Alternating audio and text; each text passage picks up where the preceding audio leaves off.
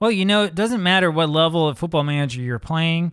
You need to have some sort of signing philosophy. I mean, the game will bombard you with all sorts of players that you can get. Even if you have no scouts, you don't do any scouting at all, you'll get the agent coming in, or you'll get the other player coming in saying, hey, look at me. I could be a first-team regular. I'm a 27-year-old free agent, not with the team. Let me come on, show you what I can do, and so on and so forth.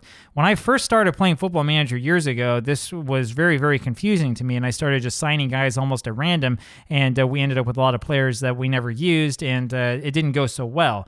So let me show you here what the signing philosophy I have is. It's a pretty simple thing, and it's kind of surprising that it works at the level that we're at, right? If you have been watching this, don't worry about it. We're in the National League East in the World Super League. National League East is at Super League 5, I think is what it's called. It's not telling me this here. Let's see if we can figure this out. It's not telling me because I'm on a different resolution. I can't remember exactly what this looks like. So we'll look at the structure. We're here at the bottom of everything. Yeah, Super League 5. We are picked to finish dead last, right? So if you haven't seen it yet, I will show it to you here. Season preview, we are picked we have 600 to 1 odds on winning the league. It's not going to happen. We've been picked for last. And when you look at the key players, our key players are at the very bottom, right? So we're not very good, right? We don't have any money, right?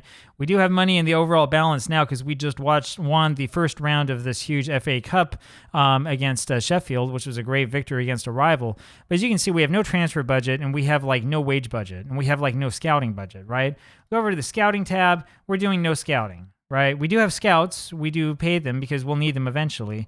And look at all these free agent offers, right? So the question again is, so what's your philosophy? How do you sign players? What do you do when you have nothing and you're nobody, you have no reputation, you're at the bottom of the barrel? How do you find guys to sign? Well, what I like to do is I like to look for players that fit a couple of criteria. So first of all, I don't want players who are inconsistent. I avoid inconsistency like the plague. If they have any kind of inconsistency, if it's dark red, if it's orange, if it's light orange, and it's barely inconsistent, and I use the editor and I see that it's 9 out of 20 or whatever, I don't care. I don't like that guy. I'm not going to use him. I'm not going to use that player because he's inconsistent. We want players that are consistent. We avoid players who are injury prone. Now, there's nothing on there that will say that the player is super not injury prone, but anytime injury prone shows up, I go away. And the third one is big matches. If there's a player who dislikes big matches, he's off the team. That's what we care about right now. Everything else doesn't matter to me. So if we're talking about this guy has a bad personality, or this guy's attributes aren't great or whatever, I don't care if he plays the position. At this level, we're desperate. We'll take whatever it is we can get. So that's the basic signing philosophy. Now, there's one other thing I didn't mention, which is the age of the players. We try to make our players young. We want teenagers. There are 2 reasons why we want teenagers at this level.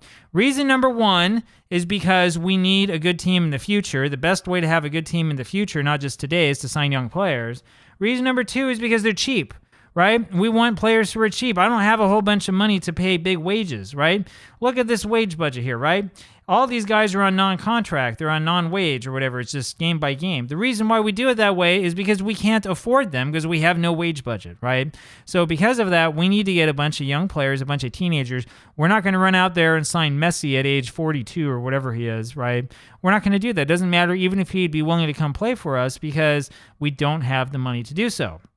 Right, so that's the signing philosophy. Now, the way that I have this arranged is I will flag players if they have any of those things we don't want. Here's a guy who came with the team, Oliver Furon. Nobody wants him. I put him on the transfer list. No one wants him, so I stuck him on the B team. Look at this. He's inconsistent and he's injury prone. I mean, 2 strikes, you're out, buddy. You have 1 of those, you're off the team. You have 2 of them, I'm not going to see this face anymore. And the problem is that we put him up for transfer. Nobody wants him. Transfer window's still open, by the way, but no one's going to take this guy because he's not a great player. Now, it does say that he's an important player for the team, great player for this team, but with his inconsistency, I don't know which player I'm getting. And since he's susceptible to injuries, he's probably just going to get hurt. So screw you, man. Get off my team. Look at all the young players that we have. Tons of guys who are flagged for one reason or another, mostly because of inconsistency. There are some who will tell you that young players are normally inconsistent. That is not true. If you have young players who are inconsistent, you can try to play them and play them. The consistency might gradually move up, but it will take many years in game for that to happen. I don't got time for that, right? I'm here to win football games. I'm not here to hope that some bad player develops into a good player, right? So all these guys get flagged, and we just don't have them on our team. Now, how do you flag a guy, you ask? It's pretty easy. Go over to history and go to create note. And you can see I created a note here. I even spelled inconsistent wrong for you. Once you create a note, it shows up in the notes. You save it. And then once it shows up in the notes, then anywhere you look at the player, he's going to have that little yellow flag, which tells you that you flagged him. That way I don't have to look at every player and be like, oh, yeah, was this guy good or bad? Oh, yeah, this guy was bad. Oh, this guy was bad. This guy was good. I just flag the bad ones and be on my way. That's it. That's basically all there is to the signing philosophy. There are other people in Football Manager content creation history who talk about stuff like squad DNA.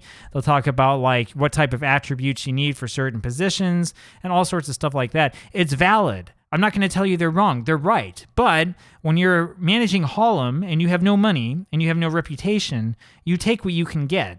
And so this is what we've set up so that we have a full team that falls under certain criteria that we can play with and we can be happy with, right? That's basically it. We'll just take whatever it is we can get as long as they're consistent and as long as they don't totally suck and they're not going to fall apart as soon as we play them, and we'll probably be good. So there you go.